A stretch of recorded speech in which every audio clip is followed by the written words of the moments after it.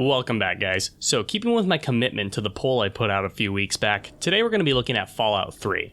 Now, unlike Deus Ex, I actually have a little bit of experience with the Fallout franchise. Yeah, I'm actually happy to say I've played a few of these titles, so I'll have some more stuff to talk about. Not that my Deus Ex video was short by any means. Dear God, let's hope I don't have to make another deep dive like that for a while, but I digress. My first experience with Fallout was actually with the game that followed the third entry, and that was Fallout New Vegas. I had a part-time job at GameStop at the time, stop laughing, and my store manager allowed us to essentially rent games we wanted to try in order to familiarize ourselves more with the titles we had. We were allowed to take out 2 games at a time, and one of my first picks was Fallout New Vegas, and I never finished it. Move this man! I know, this game is seen as a premier title for the series now, but back then I really wasn't playing the game under the best circumstances. I was playing it on PS3, something Sony Bethesda ports. I was playing the game in a completely backwards way in which I tried to search out all of the skill books on a wiki before I even attempted to begin the main story. Please stop judging me. And the other game I rented grabbed my attention a little bit more and would go on to be one of my favorite games of all time. But that's a story for another day. Hint hint, like and subscribe. I have some more experience in this franchise actually, as I also played Fallout Shelter and Fallout 4 as well, one game being a massive departure from what worked in the franchise in favor of some incredibly simplistic gameplay, and the other being Fallout Shelter. I kid. Fallout 4 was actually a pretty good time in my books. Definitely far from a perfect game, but it was enjoyable enough for me to play through to completion and even get all the DLC. Outside of that, I pretty much own the entirety of the series, as Bethesda discounts these titles just about as often as Todd Howard slurs his S's. Look at this. CES in Vegas in ancillary. This is how you spend a quiet Sunday evening, I guess. Just kidding, I love you, Todd. Interesting next step in the franchise for me, though. Going what's considered the community favorite to what divided the community the most. But out of the somewhat more recent Fallout games, I don't really hear people talk about Fallout 3 too much anymore. So today we're going to be diving right into Fallout 3 to find out what made it so good, is it worth still playing today, and what this game's legacy was. So, without further ado, let's jump straight into Fallout 3. Did you know that there were actually 2 mainline Fallout games before Fallout 3? Oh, you did? Well, I guess with the 3 being the title, that's kind of self-explanatory, isn't it? But with how little people actually talk about the first 2 Fallout games, you'd swear they just jumped in with a third entry. The original Fallout game was released in 1997 and was developed by Interplay. This game actually shares a lot more with other PC RPGs at the time, such as Baldur's Gate, than it does with their modern counterparts. The first title was an isometric turn-based RPG set in a fictionalized future modeled after the United States post-World War II. The cherry on top of the setting was that the nukes had just dropped and a large part of humanity was shoved into these time capsule-like vaults that were essentially a cross between Doomsday Preppers and Aperture Labs. So you want your air to stay healthy and clean, so you have to properly dispose of everything. You're not breathing real air. It's too expensive to pump this far down. We just take carbon dioxide out of a room, freshen it up a little, and pump it back in.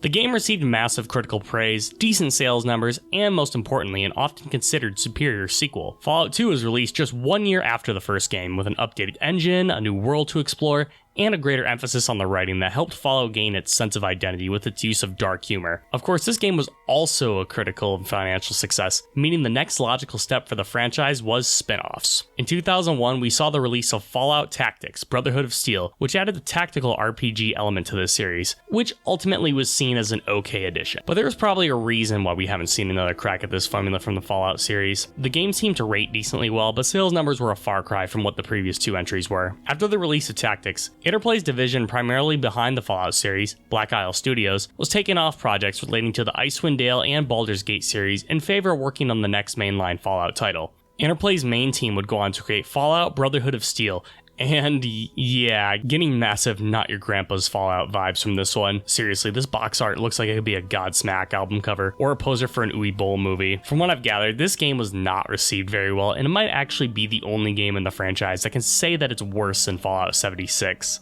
Ouch. Black Isle Studios will go on to have their Fallout 3 project entitled Project Van Buren. Interestingly enough, this project actually shares more in common with New Vegas than it does the third entry. Multiple factions, characters, and themes that were all being worked on in this project would be something revisited during Obsidian's outing with the franchise. Speaking of Obsidian, that company actually got its start by a number of developers leaving Black Isle Studios due to continuous projects cancellations by Interplay. In 2003, Interplay would face further issues as cancellation of its distribution deal with Vivendi Universal Games occurred due to a breach in working agreements as well as failure of payment. This eventually led to everyone still remaining at Black Isle Studios to be laid off, leaving Interplay $20 million in the hole for the year of 2003. That wasn't the end of issues, as parent company Titus Interactive would file for bankruptcy in 2005, leaving Interplay with a majority of their debt. In order to avoid bankruptcy themselves, Interplay sold the license to develop Fallout 3 to Bethesda for a little over $1 million.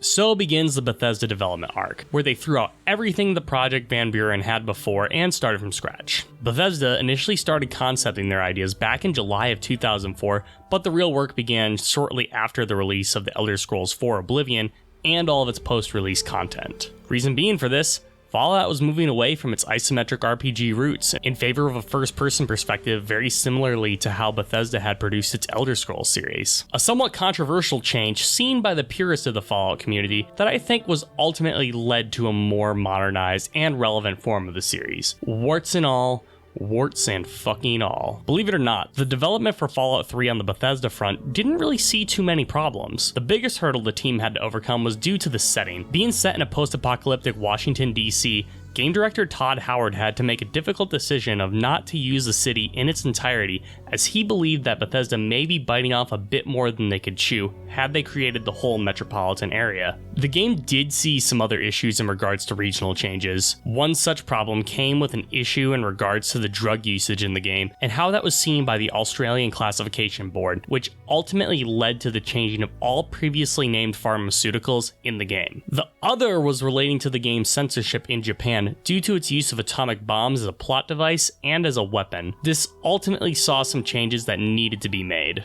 Other than that, Fallout 3 had a pretty standard developing and marketing release. Trailers were well put together, gameplay was looking good, and people were getting genuinely excited. Fallout 3 was released in October of 2008 to PC, Xbox 360, and PlayStation 3, and the game was a massive win for Bethesda.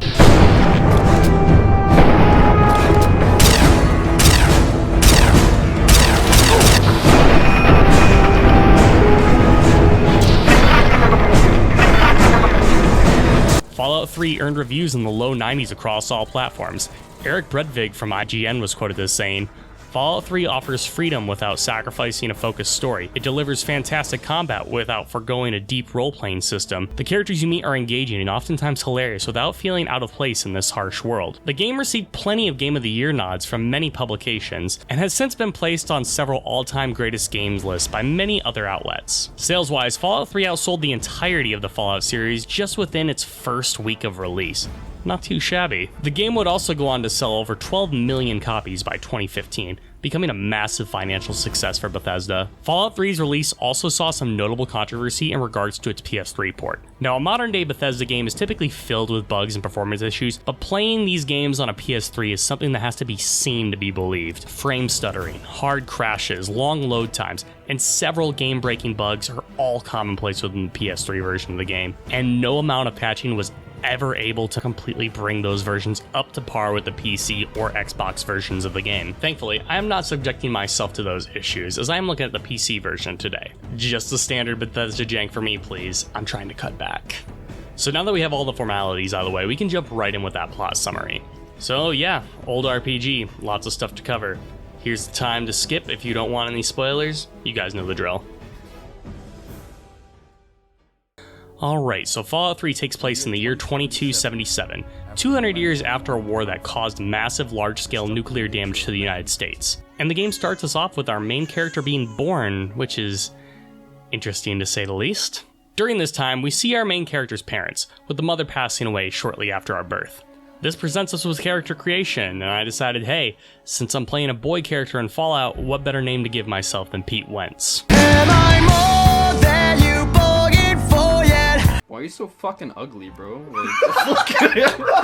We spent some time seeing our main character's childhood, which isn't too different from what you might expect. He lives in Vault 101, deep below the surface of Earth, is able to jump 3 feet in the air as a baby, and spends his time shooting giant cockroaches with a BB gun. You know, standard kid stuff. Our character's dad, James, raises us by himself during our childhood, while also being the main scientist and doctor of the Vault. On the main character's 19th birthday, we get assigned a profession based off a personality quiz that we take during school. Pedicurist.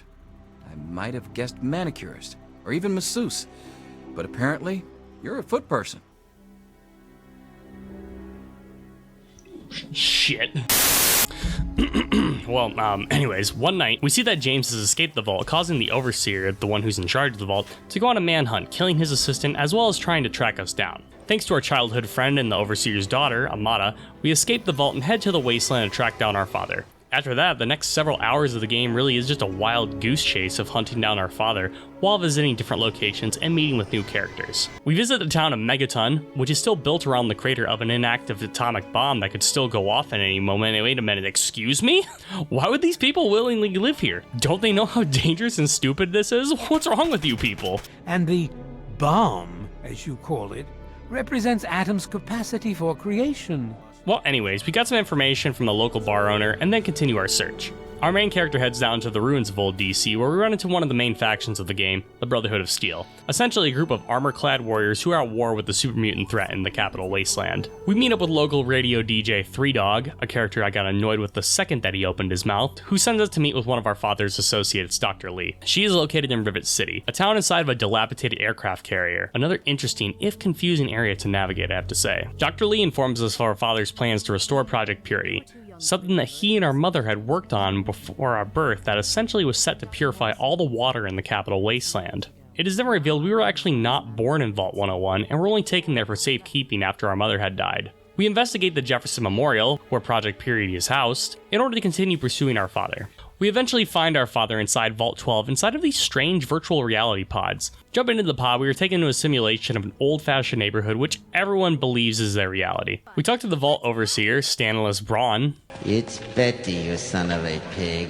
The name is Betty. Who has taken on the role of a serial killer of sorts to these people. After dealing with Braun, we free our dad from his pod, who reveals he was searching for something called the Garden of Eden Creation Kit, or GEC for short. Our heroes head back to the Jefferson Memorial, where we attempt to continue work on Project Purity. Everything seems to be running smoothly until the Enclave attack. These guys are essentially a militant force built from the ashes of the pre-war United States government, and they want to claim Project Purity for some unknown purpose. In an effort to protect his work, James fills up the room in the water filtration system with radiation, killing himself while urging us to run. This was all done in an attempt to kill Colonel Autumn, one of Enclave's leaders. I know this scene is probably supposed to be dramatic, but it just comes off as really disjointed and awkward. Along with Dr. Lee, we escape the Enclave and take refuge inside the Citadel, the Brotherhood of Steel's main base of operation, inside of the ruins of the old Pentagon. Here we get better acquainted with Owen Lyons, who's the leader of this branch of the Brotherhood, as well as his daughter, Sarah.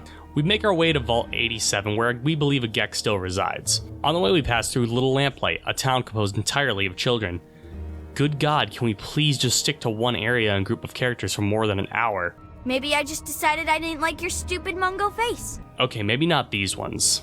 Upon entering the vault, we meet with a non-hostile super mutant by the name of Fox. Fox? Fox? Whatever. We break him out of his cell so he can help us reach the GEC in a heavily irradiated area later on in the vault. It is revealed in this vault this is actually where all of the super mutants originated from after a virus was being used to experiment on some of the vault dwellers. After getting the GEC, the Enclave ambushes and captures our main character and holds them hostage inside of their base at Raven Rock.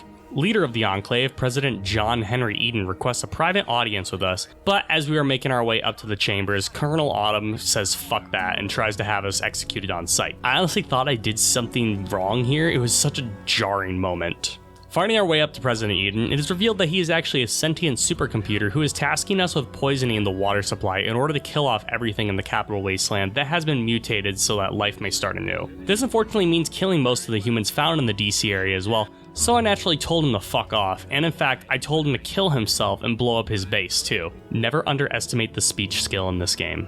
We regroup with our boy Fox, who has gone on a rescue mission in order to save us because he's real as fuck, and then head back to the Citadel. Thankfully, no one in the Brotherhood of Steel really cares that I came with a friendly super mutant by my side, and then we begin our final assault in the Jefferson Memorial in order to activate Project Purity. We follow this thing that is essentially the Iron Giant to the memorial, fight our way to the water purifier, tell Colonel Autumn to fuck off, and then have a choice to make. We can either follow through with our father's wishes of purifying the water, follow President Eden's plans of corrupting the water supply to kill off everything in the area, or of course just do nothing and let the place explode. Though there are even more layers of choice because since the area is irradiated, someone will have to go inside and activate Project Purity, leaving the choice down to our main character, Sarah, or our follower Fox. Since Fox is a super mutant and he's immune to radiation, I did the logical thing by sending him in there. Believe it or not though, this was actually something you couldn't do in the base game. Yeah, actually in the release version of Fallout 3, the main character must sacrifice themselves in order to save the capital wasteland. And there's no way to avoid death in this situation. While I get what Bethesda was trying to do by having each one of the family members sacrifice themselves in order to save the area, this ending comes off as super nonsensical, especially when Fox is right there and could literally do the same thing and be fine. You can even ask him in the standard version to do it, but he just comes up with a stupid ass excuse about it being the main character's destiny or some bullshit, which thankfully was changed with the Broken Steel expansion. Other than that, that's essentially the story of Fallout 3, and it's alright. Don't get me wrong, the characters for the most part are interesting and memorable, and the locations we visit are unique, but this narrative has some problems. First, we never sit the fuck still, and that absolutely kills this game's pacing. We spend each quest going from one place to the next, talking to different characters, and very rarely do we get to see them again after our initial encounters. If we do, their significance drops greatly and they almost fade into the background. And thankfully most characters have pretty extensive dialogue choices, so you can dig in more to what they have to say if that's your thing, but typically what they have to say isn't very important after you get whatever quests they have related to them done. The dialogue in this game is also pretty one note for most characters. These NPCs have a trope, and they stick to that fucking trope. Now this isn't too bad because, like I said earlier, a lot of these NPCs are super memorable. However, the writing does not come off in a believable and immersive way, and instead shoots for a more tropey video gamey style of writing. This isn't inherently a bad thing, it just means that once you've learned what each of these characters' archetypes are, you essentially know exactly how they're gonna act for the rest of the game. The one thing that really gets me with this game's writing is how the speech skill can essentially act as mind control to most NPCs. You can have characters' goals so entrenched in their DNA that have spent the entire game opposing you that will immediately give up all their plans and motivations just because you passed on a 74% speech check. It's absurd, kinda stupid, and completely jarring seeing how conversations change when it occurs. It's because of these two factors that I often feel like Fallout 3's story is a lot closer to a D&D campaign than a fully fleshed out RPG narrative. The game is constantly throwing things at you that are aesthetically interesting, but shallow at the same time, meaning you really don't get much time to spend on areas you'd like to get more out of. Now that can work at a tabletop setting because you have some guy who looks like Eddie Munson coming up with this type of stuff on the fly because he only prepped an hour before your play session, so there's some charm to that. From a AAA studio, it does come off as a little disjointed and half-baked, and I can't help but think the narrative could have been better if it was given more time to breathe. Choices can be made throughout the game that can ultimately change the final ending cutscene of the story. Now, this is just a series of slides detailing what the main character did, so it's really not worth trying to get every single ending, but it's still a cool detail nevertheless. I just wish the choices you made in the game offered a little bit more gray in between the Paragon and Renegade choices the game has on display. Very rarely does Fallout 3 let you make a neutral choice, instead opting to be the most goodest of goody two-shoes or the puppy-kicking reincarnation of Hitler. If you really want to have that middle ground experience, you kind of are forced to have an even split of good and bad actions, which I don't think is the best way of allowing people to live that fantasy. Now, where Fallout 3 really picks up the slack from its main quest is all the optional shit available. If you play through Fallout 3, you can easily beat the game in under 20 hours. However, you'll find your longevity comes from Fallout 3's side quests. These are mostly all awesome, often offering players some greater moral choices, interesting settings, and different world building implications. Some of my favorite side quests include ones where players have to retrieve the Declaration of Independence from the ruins of a museum, only to find that a Protectron believing himself to be a founding father is keeping the document under guard. Or how about the cult of people who are worshipping a talking tree, who is actually just some random guy who happened to have a freak accident with some radioactive waste? Or most iconically, the decision of what to do with the bomb in Megaton, either by blowing it up to appease the wealthy or disarming it to save the people who reside in the city. Each one of these side quests offers several different solutions, and characters in the world will actually react to what the player decides to do. I recommend completing all of the named side quests while playing through the game to truly get the most out of this world. Well, maybe not all the side quests. Now, a number of other characters also have interesting interactions with one another that aren't tied to specific quests. There's a girl who has a crush on an up-and-coming priest. There's a husband to a pharmaceutical seller who keeps sampling her products. There's a kid from Little Lamplight who is too old to remain in town and has to find a new place to live. Pretty much the majority of these NPCs have something interesting going on with them. Several locations around the Capital Wasteland also have their own stories to tell. Each building operates as a mini dungeon with notes, audio logs, and emails to read through in order to find out what significance that location holds. The highlights for me for these have to be the vaults. Each one comes with a dark secret to be uncovered, and following the breadcrumb trail of just why so many guys are named Gary in this vault was something that got a real kick out of me. Fallout 3's main story is something to be experienced, but the world is the reason why you stay playing the game. Overall, while the main story was bare bones and a little half-baked, it was mostly an enjoyable experience. The real joy for me was exploring the Capital Wasteland, seeing all the different locations, meeting the other characters, and seeing how they fit into the bigger picture. While I think there were plenty of things that could have been improved upon, Fallout 3's story left me more satisfied than not. Alright, when talking about Fallout 3's presentation, let's start with the positives. This game's audio design is very strong. Score-wise, the game combines a big mix of ambient tracks for the overworld, as well as a solid assortment of jazz, big band, swing, and classical pop music of the 30s and 40s. I think above all else, this really helps set the tones for Fallout, as the ambient pieces do a genuinely great job of contributing to the atmosphere of traversing the open world, as well as the jazz arrangements providing a reminder of what the world once was. Voice acting is also pretty solid throughout. We have a pretty star-studded cast of Ron Perlman as the narrator, Malcolm McDowell as President Eden, and renowned family aficionado Liam Neeson as our father. Graphically speaking, the game has an interesting art style in the ways it crafts its character designs and world. The funnel-shaped town of Megaton with its shacks on spindly legs, the royal walls and decor of Underworld, and the Ritz of Tenpenny Tower as it overlooks the wasteland are all striking images. And while those areas are standout, the rest of the Capital Wasteland is just gray, gray, gray. If you're not in one of the main locations, you're traveling through gray buildings, gray wastelands, gray tunnels, and gray ruins. This coupled with the sameness in the level design of each of these locations, and a lot of the lesser important areas really start to blur together. Character design looks straight out of the Uncanny Valley, with mouth movements more reminiscent of a sock puppet than actual humans. Can you believe every character in the game talks like this? It's like a shitty kung fu movie. Every character also stares at you with these blank stares as if you aren't there, creating this sort of awkward feeling when conversing with other NPCs. I just wonder what the hell they're thinking about when they're staring at me like that. Yeah, and then this nightmare will be over for good. The UI is all done on the Pip-Boy that the main character wears on their wrist, and has so much style. The pictures of Vault Boy for different perks, skill, and weapon icons all got a kick out of me. However, there is one problem that bothered me throughout my entire playthrough. See that compass down in the bottom left-hand corner of the screen? Why the fuck is it there? Shouldn't it be like up in the top in the middle? Oftentimes, I would forget that it was even there. Now, in a game like Morrowind, where you get very specific instructions on where to go and what to look for, that's not too big of a deal. But I constantly had to remind myself to turn my head to the bottom corner of the screen whenever I became lost, and it just seemed so strange to have it down there in the first place.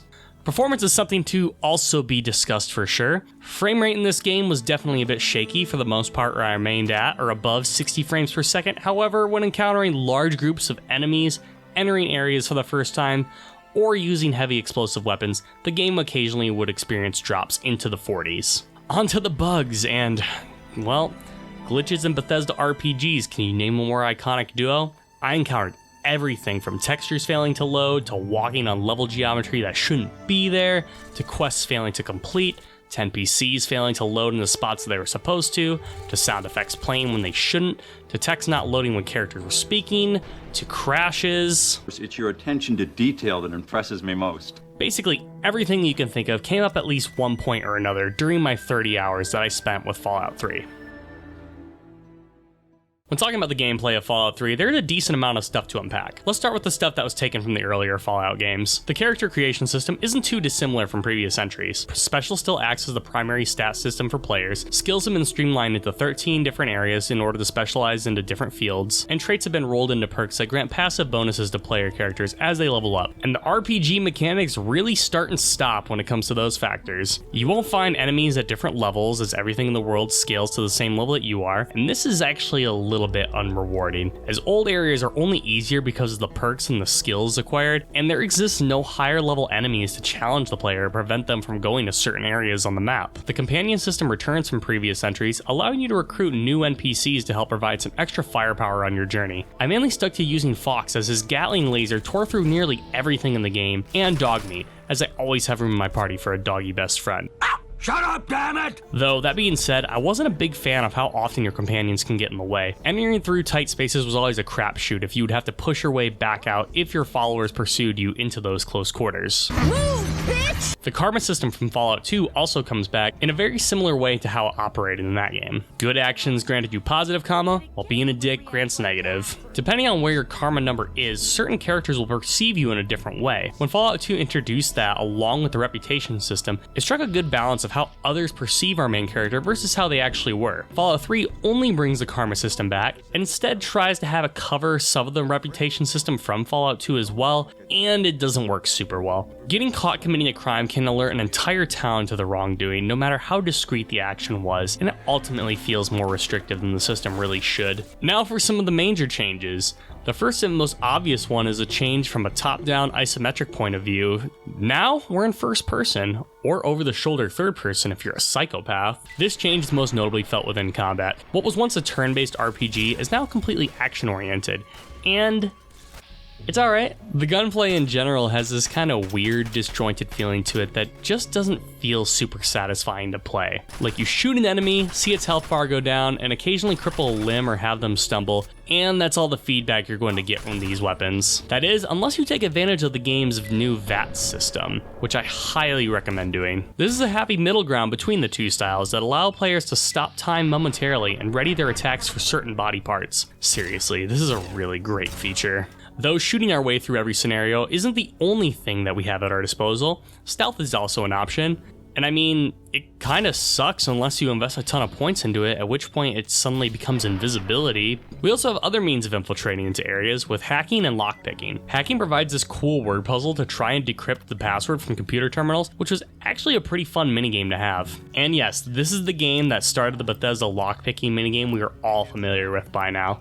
But hey, it's a lot better than whatever the fuck was going on in Oblivion. Inventory management is another key aspect of Fallout 3, as there are a number of things to consider. Firstly, you have a limited number of encumbrance, so while it may be tempting to shove everything you find into your pants, you will run out of space soon enough, meaning your movement speed will be rendered to a crawl and your fast travel will be disabled. Weapons will probably take up the majority of your inventory space, and there are plenty of weapons that you'd expect, but also some wacky ones as well. Consumables also take up a large chunk of things that you can come across. Food and medicine to keep you healthy, Rad-X that gets rid of radiation poisoning, and drugs for you to get passive buffs and form crippling addictions over. There's even a crafting system in this game, and it is the biggest waste of time. Traveling the world is a massive part of Fallout 3. The vast majority of the time you'll be walking through the open world in its many locations, and being fully transparent, some of the locations are just more fun to explore than others. Going through the ruins of DC is a pain in the ass. There are piles of rubble that act as invisible walls that require you to navigate the subway tunnels underneath the city in order to circumvent. These tunnels can be confusing as they are mostly identical in terms of design and aesthetic. The Wasteland doesn't fare too much better itself, as this is one of the most sparse Bethesda RPGs that I've played in regards to areas that I've explored. The main quests and side quests really only take you through the southeastern part of the map, but there still exist 3 other corners that barely get any screen time. Enemy variety is also a little on the sparse side, but we have an interesting enough roster that I think it's okay. For humanoids, we have humans from various factions, super mutants that act as bruisers, and ghouls that take the place of speedy melee combatants. Machines bring us turrets, robovanes, protectrons, and Mr. Handies to keep us on our toes. The greatest variety we get is in the amount of fauna that we can fend off. Mirelurks creeping near the water, bloatflies and rab scorpions infesting the overworld. What is that? That freaky thing! Centaurs and Yaogai who constantly scare the shit out of me whenever their names pop up on the screen. And speaking of pants-shittingly scary enemies, the Deathclaw. The primary gameplay loop of Fallout 3 sees us utilize all of the previously mentioned gameplay aspects and use them to delve into dungeons, take everything that isn't nailed down, earn more money and keep the good stuff that we found, just to do it all over again. The game will use different story beats to keep the player entertained, but for the most part, this is the loop you will be experiencing again and again during your playthrough. The only challenge you will find in Fallout 3 is if you crank the difficulty to higher levels, but that really only serves to make enemies more bullet spongy, so I didn't bother. Bethesda games have never been one of the most mechanically deep, so your mileage may vary depending on how long this loop will entertain you. For me, I didn't really get tired of it. I found myself continuously investigating these areas even though they didn't reward me very much, but they piqued my sense of curiosity nevertheless. Overall, there were a lot of things I really enjoyed about Fallout 3's gameplay, but also a ton of things I think could use some improvement. The issues I had were notable, but not annoying or bothersome enough to really hamper my experience overall, meaning Fallout 3's gameplay isn't that positive for me. Fallout 3, Bethesda games in general really, have always had their sum be greater than their individual parts. This game doesn't have the best story, or the best world design, or the best combat, or the most options for the player to take on scenarios. The writing is tropey and sometimes nonsensical, the graphics have aged like milk, the art style shows promise here and there, but are typically muted thanks to all the gray filters. The bugs and glitches are horrendous and super common. The RPG mechanics are barely noticeable, and the side content typically has more depth than the main plot. If you took all those elements at face value, you could probably make a claim that Fallout 3 was a bit of a shit game, and in many aspects, I would agree with you. However, when you put everything together and look at the bigger picture, Fallout 3 is still a remarkable game. Traveling through the Capital Wasteland is fun. Killing hordes of enemies through the VAT system is fun. Picking through each dungeon like it's the world's biggest flea market is fun. It's because of this I can safely recommend Fallout 3 to anybody who has had a passing interest in the Fallout franchise. As I said before, your experience is 100% going to depend on how much you can tolerate Bethesda's jank and also how much you love their winning formula. There's a reason that these guys are the only people that are making this style of game, and here's hoping that they continue to do that for a very, very long time. After the release of Fallout 3, 5 expansions were released between January and August of 2009. Dear God, we still have quite a few videos ahead of us. All of these expansions seem to have their own main scenarios and areas to discover. I'll be tackling these expansions in chronological order, starting with the first DLC, Operation Anchorage. The following year, Bethesda would publish the Obsidian-developed Fallout title, Fallout New Vegas, a game that has since gone on to be seen as the cream of the crop, taking what worked from the first 2 Fallout games and adapting it to the Fallout 3 style. Fallout Shelter and Fallout 4 were both released in 2015 to the concern of longtime Fallout fans. Now, while both titles were incredibly successful, the hardcore Fallout community did not appreciate the further distance from what attracted them to titles such as Fallout 1, 2, and New Vegas. Well, that distance would only grow wider with the release of 2018's Fallout 76. I don't know where the other 72 Fallout games went, but clearly that was the source of all the confusion. No, seriously, I don't need to go into too much detail about this one. This game's launch in the first couple of years were so rough that it turned a lot of people off, not just Fallout, but Bethesda games in general. 76, I hear, is in a much better place now, so if you're curious, it might be a decent game to pick up on Game Pass, but do your research before you jump in if you're expecting a classic Fallout experience. Outside of that, we know that there will be a Fallout 5 coming at some point, but when is the next big question? Bethesda is set to release Starfield soon, which I personally think is going to be a big make or break game for them in regards to their relation with longtime fans. After that, we had the Elder Scrolls 6 teaser that came out 4 years ago and still nothing? Jesus Christ. I think it's a reasonable bet to say we won't be seeing anything related to the next major Fallout title until the end of the decade, which is absolutely insane to me. If people thought the gap between Fallout 2 and 3 was a long time, it's only going to be another couple of years before we surpass that between the points of Fallout 4 and 5. Here's hoping we see Fallout 5 sometime in our lifetimes. But hey, that's all I got for you guys today. Thank you for sticking around to the end of the video. What was your favorite memory of Fallout 3? Please leave your comment in the comment section below, and if you enjoyed today's video, give it a like and maybe consider subscribing. Next time, we're going to be jumping in with the Fallout 3 DLC, starting with Operation Anchorage. So, I'll see you guys in that next video.